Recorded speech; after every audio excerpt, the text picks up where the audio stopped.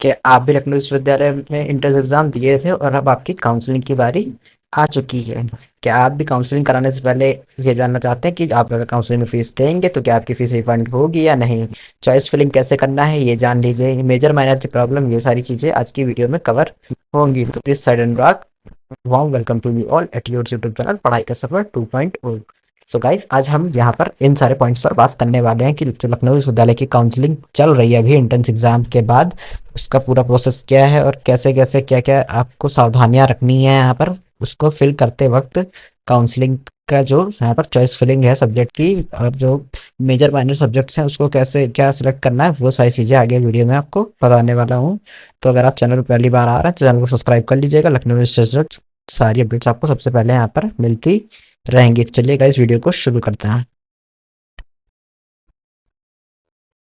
तो गाइस, ये यहाँ पर आप देख सकते हैं यूजी एडमिशन का जो यहाँ पर पूरा ऑनलाइन काउंसलिंग प्रोसीजर का गाइडलाइंस है वो यहाँ पर दी हुई है। तो मैं आपको एक एक पॉइंट्स को डिटेल में एक्सप्लेन करूंगा, तो आप वीडियो को एकदम ध्यान से देखिएगा।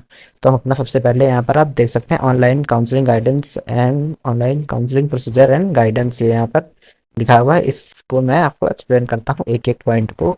आप देखिए यहाँ पर क्या लिखा हुआ है, counselling procedure for UG programme. जो यूजी के स्टूडेंट्स हैं ये उनके लिए है।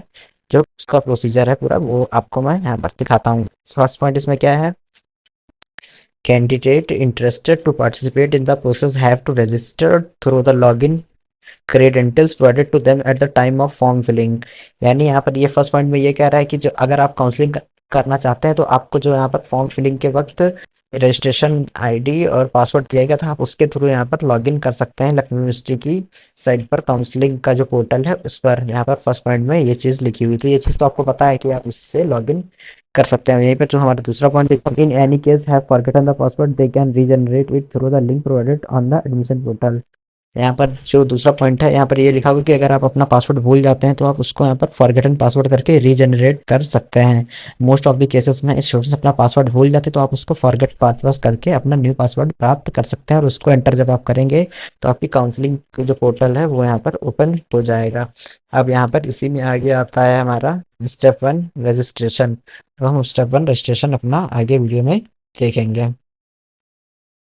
अब यहाँ पर आप देख सकते हैं स्टेप 1 जो रजिस्ट्रेशन है कि पंजीकरण कैसे करना है, इसको आपको यहाँ पर मैं दिखा देता हूँ। इसमें फर्स्ट पॉइंट क्या लिखा हुआ है, only registered candidates will be able to fill the choices. यानी जो पहले जिन्होंने रजिस्ट्रेशन किया था, जिन्होंने एंट्रेंस दिया है, सिर्फ वही इसमें रजिस्ट्रेशन कर सकते हैं।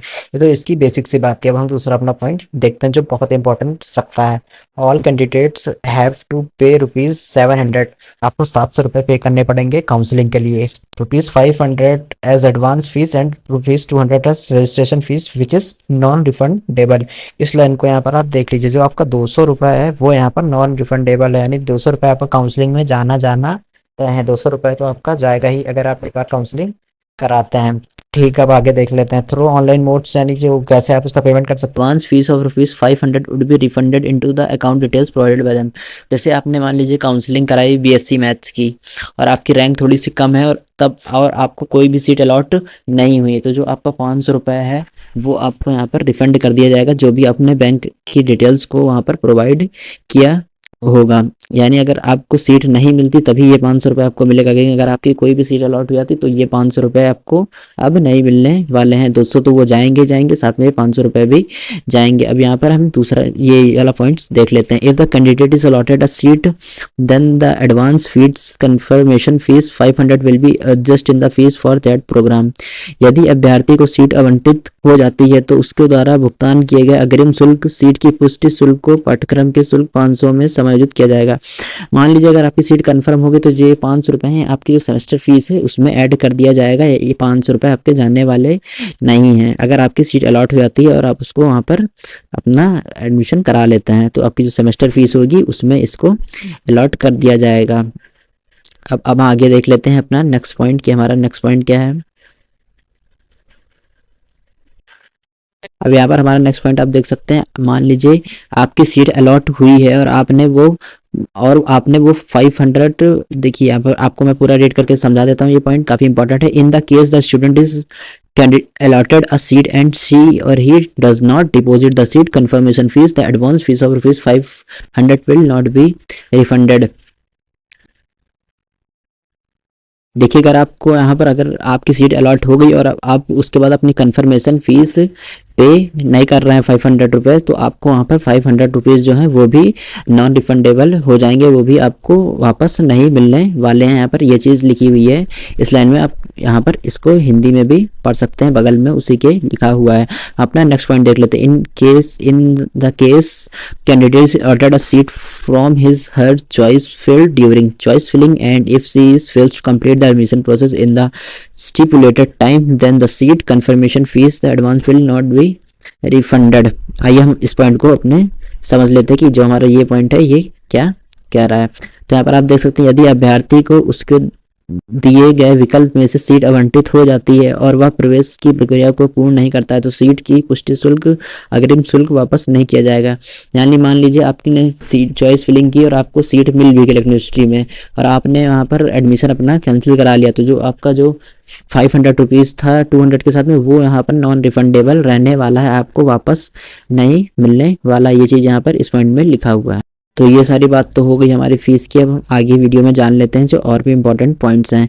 आप यहाँ पर इन पॉइंट्स को खुद से भी एक बार पढ़ के समझ सकते हैं अगर आपको थोड़ी सा भी डाउट है। तो चलिए अब अपने नेक्स्ट पॉइंट की ओर बढ़ते हैं। अब हमने वहाँ पर उसकी बात तो करी, अब यह बता दीजिए कि चॉइस फिलिंग हमें किस तरीके से करनी है, क्या प्रोसेस है चॉइस फिलिंग का। जब आप यहाँ पर काउंसलिंग पोर्टल पर जाएंगे तब आपसे वो वहाँ पर सब्जेक्ट को चॉइस करने के लिए बोलेगा। तो और मैं आपको बता देता हूँ, जब से ये NEP आया है न्यू एजुकेशन पॉलिसी, इसके तहत आपको यहाँ पर 3 सब्जेक्ट्स की स्टडी करनी होती है। उन 3 सब्जेक्ट्स के भी सब पार्ट्स होते हैं, यानी मान लीजिए एक सब्जेक्ट के 2-2 पार्ट्स चलते हैं। तो अब ये मेजर और माइनर का क्या सिस्टम है मैं वो आपको यहाँ पर बता देता हूँ। जो मेजर सब्जेक्ट होता है वो आपको यहाँ पर जो आपका मेजर सब्जेक्ट रहेगा उसको उसे आपको 3 इयर्स तक स्टडी करना है और 2 मेजर सब्जेक्ट्स आपके यहाँ पर होते हैं। और जो माइनर सब्जेक्ट का वो जो आपका जब आपका 3rd ईयर आएगा तो वो यहाँ पर हट जाएगा आपके कोर्स से। तो आपको बहुत ही सावधानी से अपना मेजर सब्जेक्ट सेलेक्ट करना है जिसकी आप स्टडी अच्छे से आगे कर पाए, क्योंकि 2 साल आपको 3 साल जो है ग्रेजुएशन उसी के थ्रू करना है। तो अब काफ़ी सारे लोगों का डाउट है कि ग्रेजुएशन 4 साल का है या 3 साल का, तो इस पर जल्द ही हमारे चैनल पर वीडियो अपलोड हो जाएगी। तो आप चैनल को सब्सक्राइब करके बेल नोटिफिकेशन को ऑन रखिएगा। 1 या 2 दिन में इस पर डिटेल्ड वीडियो आने वाली है कि ग्रेजुएशन 3 साल करना जरूरी है 4 साल। ठीक है, अब हम अपना यहाँ पर चॉइस फिलिंग पे बात कर लेते हैं। ये रही हमारी चॉइस फिलिंग। सबसे पहले आपको क्या करना है, देखिए यहाँ पर लिखा हुआ है candidate registered for counselling have to fill their choices of. और सबसे पहले तो आपसे पूछेगा कि आपको यूनिवर्सिटी में चाहिए या कॉलेज में। तो अब आपको यहाँ पर मैं आपको बताता हूँ, आपको सिर्फ जब चॉइस फिलिंग करनी है तो सिर्फ यूनिवर्सिटी की करनी है। एफिलिएटेड कॉलेजेस को आपको सिलेक्ट नहीं करना है, क्योंकि जो एफिलिएटेड कॉलेजेस में एडमिशन होता है आपको डायरेक्टली मिल जाएगा बिना चॉइस फिल किए। अगर आप वो सारे कॉलेजेस प्राइवेट हैं और वहाँ पर फीस भी काफ़ी ज़्यादा है, इस वजह से आपको सिर्फ जब चॉइस फिल करना है तो आपको सिर्फ यूनिवर्सिटी सेलेक्ट करना है, वो भी मेन कैंपस।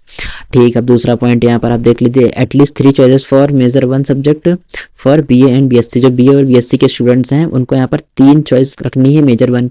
मेजर 1 सब्जेक्ट क्या है, जिससे आप आगे MSc भी कर सकते हैं। तो मेजर 1 सब्जेक्ट आपका ये है। और यहाँ पर दूसरा आप क्या है, एटलीस्ट 3 चॉइसेस फॉर मेजर 2। आपको 2 मेजर सब्जेक्ट रखने तो आप यहाँ पर 3 चॉइसेस रख सकते हैं एक सब्जेक्ट के। लेकिन अगर आप मान लीजिए यहाँ पर BSc मैथ्स के स्टूडेंट है तो आपको यहाँ पर आपकी जो भी प्रेफरेंस है, जैसे मान लीजिए तो आपको मेजर के हिसाब से फिजिक्स, केमिस्ट्री और मैथ यहाँ पर सिलेक्ट कर लेना। जैसे मान लीजिए आप पहले फिजिक्स लेना चाहते हैं तो आपका मेजर 1 फिजिक्स हो जाएगा। अगर आपको मान लीजिए फिजिक्स नहीं मिलता है तो आप क्या लेना चाहते हैं, मान लीजिए आप केमिस्ट्री लेना चाहते हैं तो आपका मेजर 2 केमिस्ट्री हो जाएगा और मेजर 3 मैथ हो जाएगा। इस तरीके से आपको मेजर सब्जेक्ट यहाँ पर सिलेक्ट करना है। तो ये तो हो गई सब्जेक्ट की बात।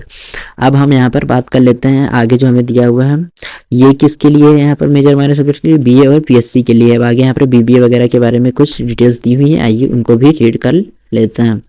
यहाँ पर सेम प्रोसीजर BBA और BFA कोर्सेज के लिए भी है। यहाँ पर आप देख सकते हैं अकॉर्डिंग टू देयर प्रेफरेंसेस, जैसे आप प्रेफरेंस को सिलेक्ट करेंगे वैसे ही आपको यहाँ पर सीटेड अलॉट की जाएंगी आपके रैंक के हिसाब से। आप देखिए अगला पॉइंट क्या लिखा है, candidate can give as many choices as they want. यहाँ पर तो इन्होंने रखा है कि कैंडिडेट यहाँ पर ज़्यादा से ज़्यादा चॉइसेस रख सकता है, तो आपकी मर्जी है ये चीज़, लेकिन आपको मैं यहाँ पर ये चीज़ बार बार सजेस्ट कर रहा हूँ कि आप सिर्फ यूनिवर्सिटी को सिलेक्ट करिएगा, एफिलिएटेड कॉलेजेस को सिलेक्ट मत करिएगा।